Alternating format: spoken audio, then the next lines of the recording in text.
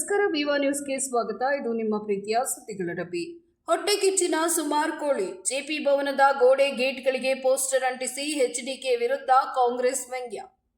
Bidadi township ಯೋಜನೆಯನ್ನ ವಿರೋಧಿಸಿ JDS ಪಕ್ಷವು ಪಾದಯಾತ್ರೆ ನಡೆಸುತ್ತಿರುವ ಸಂದರ್ಭದಲ್ಲಿ ಬೆಂಗಳೂರು ಕೇಂದ್ರ ಯುವ ಕಾಂಗ್ರೆಸ್ ಘಟಕವು ಜೆಡಿಎಸ್ ಭವನದ ಗೋಡೆಗಳಿಗೆ ಮತ್ತು ಗೇಟ್ಗಳಿಗೆ ಪೋಸ್ಟರ್ ಅಂಟಿಸುವ ಮೂಲಕ ಪ್ರತಿ ಅಭಿಯಾನ ನಡೆಸಿದೆ.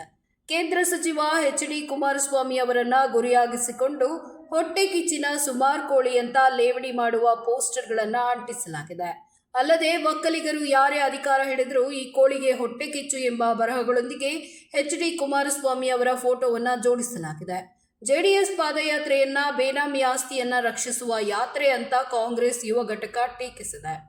ಶೇಷಾದ್ರಿಪುರಂ ಪೊಲೀಸ್ ಠಾಣೆ ವ್ಯಾಪ್ತಿಯಲ್ಲಿ ತಡರಾತ್ರಿ 10 ರಿಂದ 11 ಗಂಟೆ ಸುಮಾರಿಗೆ ಈ ಪೋಸ್ಟರ್ ಅಭಿಯಾನವನ್ನು ನಡೆಸಲಾಗಿದೆ. ಘಟನೆ ನಡೆದಿದ್ರೂ ಈವರೆಗೆ ಯಾವುದೇ ಪೊಲೀಸ್ ಸಿಬ್ಬಂದಿ ಸ್ಥಳಕ್ಕೆ ಆಗಮಿಸಿಲ್ಲ. ಈ ಘಟನೆ ರಾಜಕೀಯ ವಲಯದಲ್ಲಿ ತೀವ್ರ ಚರ್ಚೆಗೆ ಗ್ರಾಸವಾಗ್ತಿದೆ.